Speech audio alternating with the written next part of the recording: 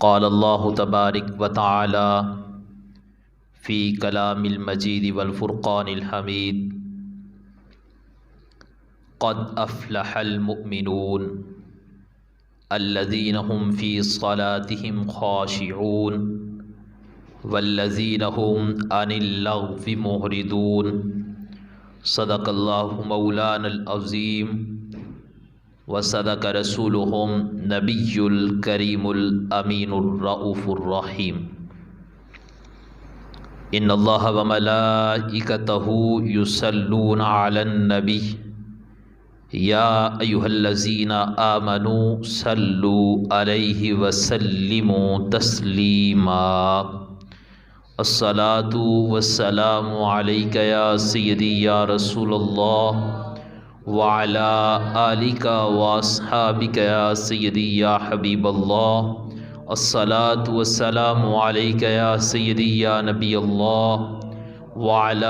آلک واصحابک یا سیدی یا رحمۃ للعالمین۔ معزز و محتشم سامعین و ناظرین، احسان عظیم اللہ جل جلالہ و منوالہ و تم برہان و عظم شان و جل اسمہ کا جس رب ذوالجلال نے ہمیں شرف انسانیت بخشا اور کائنات پوری کے اندر رب کے سارے احسانات میں سب سے بڑا احسان کہ رب ذوالجلال نے ہمیں اپنے پیارے محبوب، اپنے لاڈلے محبوب، اپنے بے مثل محبوب، اپنے بے مثال محبوب جناب سید ابرار احمد مختار سیدہ آمینہ کے لال مدینے کے تاجدار حضرت محمد مصطفیٰ صلی اللہ علیہ وآلہ واصحابہ وسلم کا امتی بنایا۔ معزز و محتشم سامعین و ناظرین، گزشتہ جمعۃ المبارک پر میں نے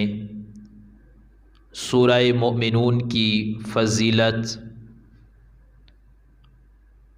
اور سورہ مومنون کی پہلی آیت کی تفسیر بیان کی تھی،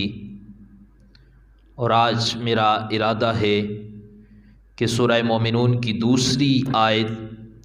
اس کے حوالہ سے چند باتیں آپ کے سامنے عرض کروں۔ دعا ہے رب ذوالجلال حق سچ بیان کرنے کی توفیق عطا فرمائے، سنانے اور سننے کے بعد ہم سب کو اس پر عمل کرنے کی توفیق عطا فرمائے۔ خالق کائنات مالک ارض و سما نے قرآن مجید فرقان حمید کے اندر ارشاد فرمایا، قد افلح المؤمنون، بے شک رب ذوالجلال نے مومنین کو کامیابیاں عطا فرمائی ہیں۔ اس کے بعد فرمایا الذین ہم فی صلاتہم خاشعون، اور وہ لوگ کہ جو اللہ تعالیٰ سے ڈرنے والے ہیں، ہم فی صلاتہم خاشعون، وہ لوگ کہ جن کی نمازوں کے اندر خشوع اور خضوع ہوتا ہے۔ نماز اگر رب ذوالجلال کسی کو توفیق عطا فرمائے تو نماز پڑھنا، نمازی بن جانا، یہ رب ذوالجلال کا بہت بڑا بندے پر فضل اور احسان ہوتا ہے، کیونکہ نماز یہ ہر بندہ نہ نماز کو قائم کرتا ہے، نہ نماز کو ادا کرتا ہے، نہ وہ نماز کی پابندی کرتا ہے۔ تو اب بندہ کہتا ہے میں نماز پڑھتا نہیں، میں نماز کے قریب نہیں جاتا، حقیقت میں یہ ہوتا ہے کہ اس بندے کو نماز کی توفیق ہی نہیں ملتی، اور اگر کسی کو نماز کی توفیق مل جائے تو یہ رب ذوالجلال کا اس بندے پر فضل ہوا کرتا ہے۔ نماز کس طرح پڑھی جائے یہ بھی ہمارے پیارے محبوب علیہ السلام نے ہمیں بتایا۔ نماز کا انداز کیا ہو، نماز کا طریقہ کار کیا ہو، اور نماز کو کس طریقے سے ادا کیا جائے، اور نماز کے پھر تقاضے کیا ہیں، تو رب کا قرآن کہتا ہے الذین ہم فی صلاتہم خاشعون، فرمایا وہ کہ جن کی نمازوں کے اندر خشوع اور خضوع ہوا کرتا ہے۔ نماز کے اندر خشوع و خضوع کا ہونا یہ بہت زیادہ ضروری ہے۔ جب بندے کی نماز خشوع والی ہوگی، بندے کی نماز خضوع والی ہوگی، تو اس نماز کے ادا کرنے سے رب ذوالجلال بندے کو نماز کی ادائیگی کی لذت عطا فرما دیتا ہے۔ اب نماز میں خشوع کیا ہے، نماز میں خضوع کیا ہے؟ ایک ہے نماز کا ظاہری خشوع و خضوع، ایک ہے نماز کا باطنی خشوع و خضوع۔ ظاہری کیا ہے کہ ہم ظاہری طور پر جب نماز کو پڑھنے کے لیے کھڑے ہو جاتے ہیں، ہمارے کھڑے ہونے کا انداز، نماز پڑھنے کا انداز، تکبیر تحریمہ کا انداز، رکوع کرنے کا انداز، سجدہ کرنے کا انداز، تشہد پڑھنے کا انداز، سلام پھیرنے کا انداز، کہ ہم کس طریقے سے نماز پڑھ رہے ہیں۔ کہیں ایسا تو نہیں کہ ہم کھڑے نماز میں ہیں اور ہماری نظریں وہ چھت پر ہیں، ہم کھڑے نماز میں ہیں لیکن نماز میں کھڑے ہو کر کبھی دائیں ہاتھ کو حرکت، کبھی بائیں ہاتھ کو حرکت، کبھی کسی چیز کی طرف تصور۔ تو یہ ہے کہ نماز کے ظاہری جو آداب ہیں، ظاہری طور پر خشوع و خضوع، اس کا تقاضا یہ ہے کہ جب نماز کی حالت میں کھڑے ہو جائیں اس وقت اپنی نظروں کو اوپر نہ رکھیں، بلکہ ہماری نظریں سجدہ کی جگہ پر ہونی چاہیے۔ یہ ہے نماز کے خشوع و خضوع ظاہری کا تقاضا۔ پھر نماز کے باطنی خشوع و خضوع کا تقاضا کیا ہے کہ ہم جب نماز کی حالت میں ہوں، نماز کے لیے کھڑے ہو جائیں۔ اب نماز کے لیے کھڑے ہونے کے بعد ہمارا دل، ہمارا دماغ، ہماری فکر، ہماری سوچ، ہماری تمام تر جو سوچ ہے وہ دنیاوی اغراض و مقاصد سے ہٹ کر، دنیاوی تمام معمولات سے ہٹ کر، اس وقت ہماری ساری کی ساری سوچ وہ رب ذوالجلال کی رضا کے لیے نماز میں ہونی چاہیے۔ جب ہماری ساری سوچ، ذہن، سب کچھ فکر وہ نماز کی طرف ہوگا تو اس وقت باطنی نماز کی ادائیگی کی ہمیں لذت حاصل ہو جائے گی۔ ہمارے ہاں کچھ اس کے برعکس ہے، کھڑا بندہ نماز میں ہوتا ہے، دھیان کاروبار میں ہوتا ہے، کھڑا بندہ نماز میں ہے، دھیان اس کا اولاد میں ہے، کھڑا بندہ نماز میں ہے، دھیان اس کا مال میں ہے، کھڑا بندہ نماز میں ہے، فکر اس کی رشتہ داروں میں ہے، کھڑا بندہ نماز میں ہے، دھیان اس کا اپنے گھر میں ہے۔ تو جب ایسی بندہ نماز پڑھتا ہے تو اس نماز سے بندے کو نماز کی لذت حاصل نہیں ہوتی۔ اگر نماز پڑھ کر نماز سے لذت حاصل کرنی ہے اور نماز کا مقصد خوف خدا ہے، نماز کا مقصد قرب خدا بندی ہے، نماز کا مقصد اپنے رب سے اپنے ٹوٹے ہوئے تعلق کو مضبوط کرنا ہے، تو پھر نماز کی ادائیگی اس طریقے سے ہو کہ ہم ظاہری طور پر بھی نماز میں کھڑے ہوں اور باطنی طور پر بھی ہماری ساری کی ساری فکر وہ رب ذوالجلال کی فرما برداری کے اندر ہو۔ حضرت سیدنا جابر بن عبداللہ رضی اللہ تعالی عنہ آپ فرماتے ہیں کہ ایک موقع تھا، ایک غزوہ ہوا، اس کے بعد ایک صحابی نے دیکھا کہ ایک مشرک ہے اور اس کی عورت کو صحابی رسول نے گرفتار کر لیا۔ غزوے میں صحابی رسول نے ایک مشرک شخص کی عورت کو گرفتار کر لیا۔ جب اس مشرک بندے کو پتہ چلا کہ میری عورت کو صحابی رسول نے گرفتار کر لیا ہے، اس نے قسم کھا لی کہ اب میں زمین کو صحابی کے خون سے رنگین کر دوں گا۔ یعنی معاذ اللہ صحابی رسول کو قتل کر دوں گا۔ اب اس شخص نے جب یہ ارادہ کیا، میرے اور آپ کے کریم محبوب علیہ السلام جب وہاں سے واپس آنے لگے، اللہ کے رسول علیہ السلام نے صحابہ کرام کو فرمایا کہ تم میں سے کون ہے وہ کہ جو اس وقت میرے ساتھ چلیں گے اور باہر کھڑے ہو کر وہ ڈیوٹی کریں گے اور میرا پہرا دیں گے۔ ایک صحابی انصاری اور ایک مہاجرین میں سے، ان دونوں میں سے دونوں تیار ہو گئے۔ انصاری نے کہا میں ڈیوٹی کروں گا، مہاجر صحابی نے کہا میں پہرا دوں گا۔ اب وہ دونوں اللہ کے محبوب علیہ السلام کے ساتھ آگے۔ اب جب وہاں پر وہ پہرا دے رہے ہیں، اللہ کے محبوب علیہ السلام آرام فرما رہے ہیں، تو ایک صحابی تھے، انہوں نے نماز پڑھنا شروع کر دی۔ اب جس صحابی نے نماز پڑھنا شروع کی، انہوں نے ہی وہ جو کافر شخص تھا، مشرک شخص تھا، اس کی بیوی کو گرفتار کیا تھا، اور ان کے بارے میں ہی اس مشرک نے قسم کھائی تھی کہ میں اس بندے کو قتل کروں گا معاذ اللہ۔ جب وہ نماز میں کھڑے ہوئے، باہر سے وہ مشرک آیا،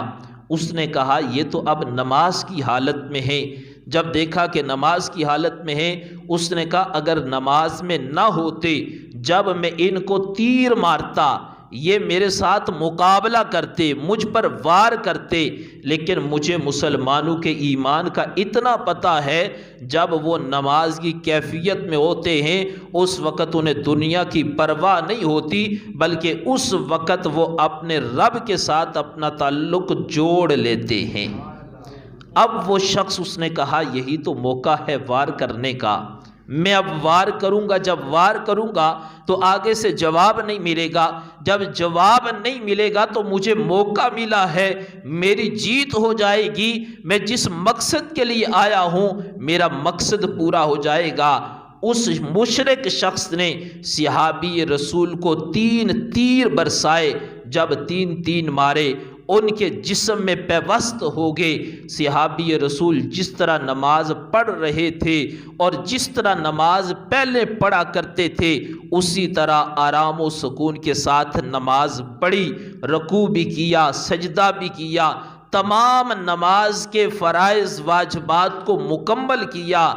وہ جو مشرک تھا حیران ہو گیا، کہنے لگا میں مان گیا ہوں کہ رب ذوالجلال نے ان کو مضبوط ایمان کی دولت سے مالا مال فرمایا ہے۔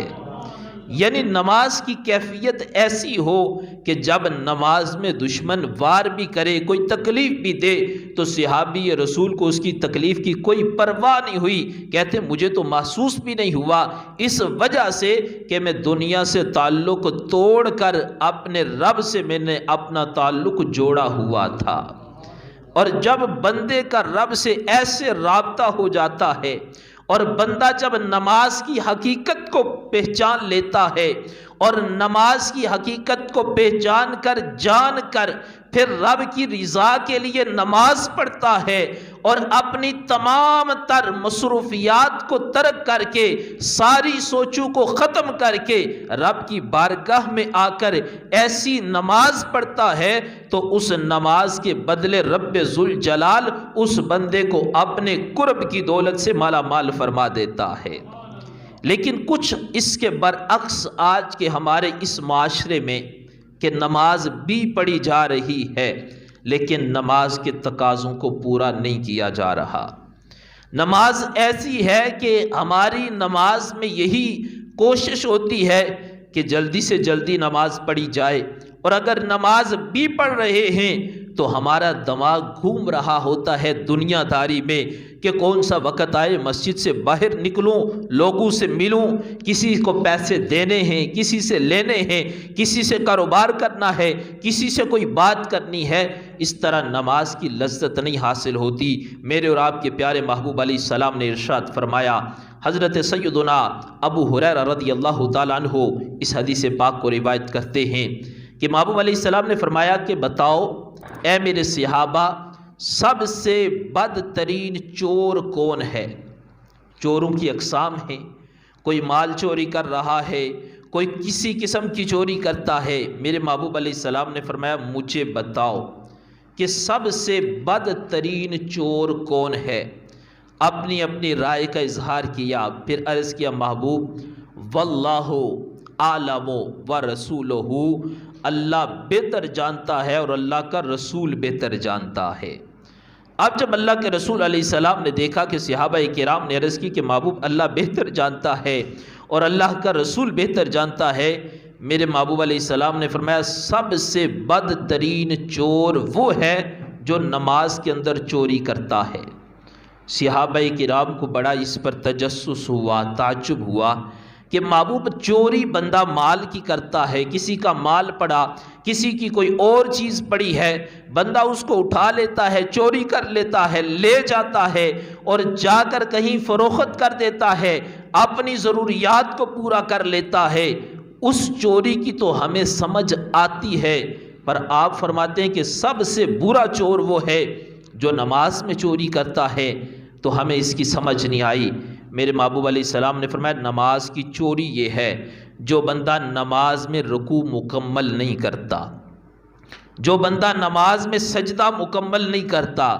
جو بندہ نماز کے فرائض، نماز کے واجبات اور نماز کے تقاضوں کو پورا نہیں کرتا، اگر رکوع کرتا ہے تو وہ بھی جلدی میں کرتا ہے، سجدہ کرے تو وہ بھی جلدی میں کرتا ہے، نماز میں قرات کرے وہ بھی جلدی میں کرتا ہے۔ فرمایا جو نماز کے تقاضوں کو پورا نہیں کرتا، نماز کے فرائض واجبات کو مکمل نہیں کرتا، فرمایا وہ نماز کے اندر چوری کرتا ہے، اور سب سے بدترین چور وہی ہے جو نماز کے اندر چوری کرتا ہے۔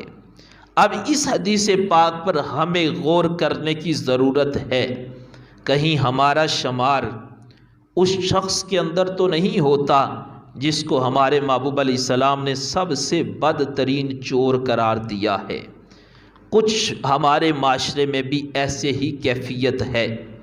کہ باقی معمولات کے لیے بڑا اچھا وقت نکال سکتے ہیں، لیکن سب سے کم وقت، اگر یہ بھی رب کی توفیق ہے، رب کسی کو یہ دولت دے دے نماز پڑھنے کی، تو ہماری کوشش ہوتی ہے کہ سب سے کم وقت ہم نماز کو دیں، اور پھر نماز کو تیزی کے ساتھ پڑھیں، اور پڑھ کر فوراً مسجد سے گھر کی طرف جائیں، حالانکہ اللہ کے محبوب علیہ السلام نے فرمایا کہ نماز کو آرام و سکون کے ساتھ ادا کرو۔ حضرت سیدنا عثمان غنی رضی اللہ تعالی عنہ روایت کرتے ہیں کہ اللہ کے محبوب علیہ السلام نے ارشاد فرمایا کہ جب نماز کا وقت ہو جائے اس وقت تم وضو کرو اچھے طریقے کے ساتھ۔ اب وضو کرتے وقت بھی وضو کے فرائض اور ان تمام چیزوں کو ملحوظ خاطر رکھا جائے کہ کہیں ایسا نہ ہو کہ ہمارا وضو ہی درست نہ ہو، اور کبھی کبھار یہ کوشش کر لیا کرو کہ وقت نکال کر کسی کے پاس بیٹھ کر غسل، وضو، نماز، ان چیزوں کو سیکھنے کی کوشش کیا کرو، اور اگر آپ کے ذہن کے مطابق آپ کو ان کا علم ہے پھر بھی کسی کے پاس بیٹھ کر اصلاح کر لینی چاہیے۔ ہو سکتا ہے ہم کوئی ایسی غلطی کر رہے ہوں کہ جس کی وجہ سے نہ ہمارا غسل، نہ ہماری نماز اور نہ ہمارا وضو ہی مکمل نہیں ہوتا، تو جب غسل اور وضو یہ مکمل نہیں ہوگا تو پھر ہماری نماز بھی مکمل نہیں ہو سکتی۔ تو حضرت سیدنا عثمان غنی رضی اللہ تعالیٰ عنہ روایت کرتے ہیں اللہ کے محبوب علیہ السلام نے ارشاد فرمایا کہ اچھے طریقے سے وضو کرو، اور وضو کرنے کے بعد نماز کی ادائیگی کے لیے جاؤ، اور فرمایا نماز کو کیسے پڑھو؟ آرام سکون کے ساتھ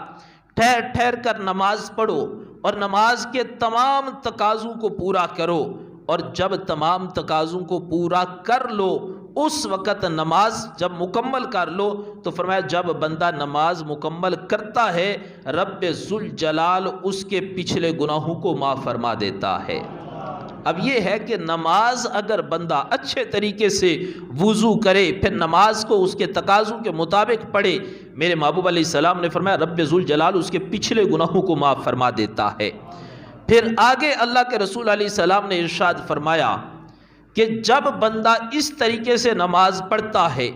کہ نماز میں جلدی نہیں کرتا، ٹھہر ٹھہر کر نماز پڑھتا ہے، آرام و سکون کے ساتھ پڑھتا ہے، فرمایا پھر وہ نماز رب کے حضور رحمت بن کر بندے کے لیے دعا کرتی ہے، یا اللہ تیرے بندے نے میری عزت کی ہے، یا اللہ اس عزت کے بدلے تو اپنے بندے کو عزتیں عطا فرما دے۔ لیکن اگر اس کے برعکس ہوتا ہے کہ بندہ نماز پڑھے، پہلے وضو بھی اچھا نہ کرے، پھر نماز بھی تیزی کے ساتھ پڑھے اور جلدی جلدی نماز پڑھ کر بھاگنے کی کوشش کرے، فرمایا وہ نماز بندے کے لیے بد دعا کرتی ہے، اور رب ذوالجلال اس نماز کو بندے کے منہ پر مارتا ہے کہ مجھے تیری ایسی نمازوں کی ضرورت نہیں، جس طرح تم نماز پڑھتے ہو مجھے تمہاری نماز تب پسند آئے گی جب تم نماز کے تقاضوں کو پورا کرو گے اور نماز کو عزت دو گے، اس عزت کے بدلے رب ذوالجلال تمہیں عزتیں عطا فرمائے گا۔ اور پھر اس کے بعد حضرت سیدنا عروہ بن زبیر رضی اللہ تعالی عنہ، آپ کے پاؤں کے اندر زخم ہو گیا، طبیبوں نے کہا کہ تھوڑا سا اس کو کاٹنا پڑے گا، اس کے بغیر یہ درست نہیں ہو سکتا۔ سب نے کوشش کی لیکن کہنے لگے میرا اتنا حوصلہ نہیں پڑ رہا کہ میرا پاؤں اور کوئی کاٹے اور پھر اس کو درست کیا جائے۔ تو آپ کی بیوی نے یہ مشورہ دیا کہ مجھے اپنے شوہر کا پتہ ہے، ایک وقت ایسا ہوتا ہے جب ان کو دنیا کی کوئی پرواہ نہیں ہوتی، اس وقت اگر یہ پاؤں کاٹا جائے تھوڑا سا تو ان کا زخم درست ہو سکتا ہے۔ تو پوچھا وہ کون سا وقت ہے؟ کہا جب یہ نماز کی حالت میں ہوتے ہیں اس وقت انہیں دنیا کی کوئی پرواہ نہیں ہوتی۔ پھر صحابہ کرام نے اس پر عمل کیا۔ عروہ بن زبیر رضی اللہ تعالیٰ عنہ نماز کی حالت میں ہیں اور وہ جہاں پر زخم تھا وہاں سے پاؤں کاٹا گیا، جب نماز سے فارغ ہوئے تو کہنے لگے اللہ کی قسم مجھے تو محسوس ہی نہیں ہوا کہ نماز کی حالت میں کسی نے میرا پاؤں کاٹا ہے، کیونکہ میں دنیا سے تعلق توڑ کر اپنے رب سے میں نے اپنا رابطہ جوڑا ہوا تھا، اور نماز میں مجھے اتنی لذت حاصل تھی کہ مجھے دنیا کے زخموں کی پرواہ نہیں ہوئی۔ اور حضرت سیدنا عبداللہ بن مبارک رضی اللہ تعالیٰ عنہ آپ فرماتے ہیں میرا بچپن تھا اور بچپن میں نے دیکھا ایک پارسا عورت تھی، نیک عورت تھی، وہ نماز پڑھ رہی تھی تو بچھو آ گیا، بچھو نے 40 مرتبہ ڈسا، 40 ڈنگ ان کے پاؤں پہ مارے۔ کہتے ہیں کہ جب وہ نماز سے فارغ ہوئی تو میں نے کہا نماز توڑ لیتی، تو وہ کہنے لگی جب میں نماز پڑھ رہی ہوتی ہوں اپنے رب سے ایسا میرا تعلق مضبوط ہو جاتا ہے، مجھے تو ایک مرتبہ بھی محسوس تک نہیں ہوا کہ مجھے کسی چیز نے تکلیف دی ہے۔ معزز و محتشم سامعین و ناظرین، یہ بات تو اٹل حقیقت ہے۔ عبداللہ بن مبارک ہوں یا عروہ بن زبیر ہوں یا دیگر کبار صحابہ ہوں یا اہل بیت اطہار ہوں یا صوفیاء کرام اولیاء کرام ہوں، ہم ان تک تو نہیں پہنچ سکتے، ان کے تقووں تک نہیں پہنچ سکتے، لیکن کوشش اتنی کرنی چاہیے کہ آج ہم بھی جب نماز پڑھیں دوران نماز ہمارا تعلق اپنے رب سے مضبوط ہونا چاہیے۔ ہمارے محبوب علیہ السلام نے فرمایا جب نماز پڑھو تو اس وقت یہ یقین رکھو کہ میں اپنے رب کا دیدار کر رہا ہوں۔ فرمایا اگر یہ کیفیت نہ بن سکے تو کم از کم اتنی کیفیت بنا لو کہ میرا رب جس کی بارگاہ میں کھڑا ہوں میرا رب مجھے دیکھ رہا ہے۔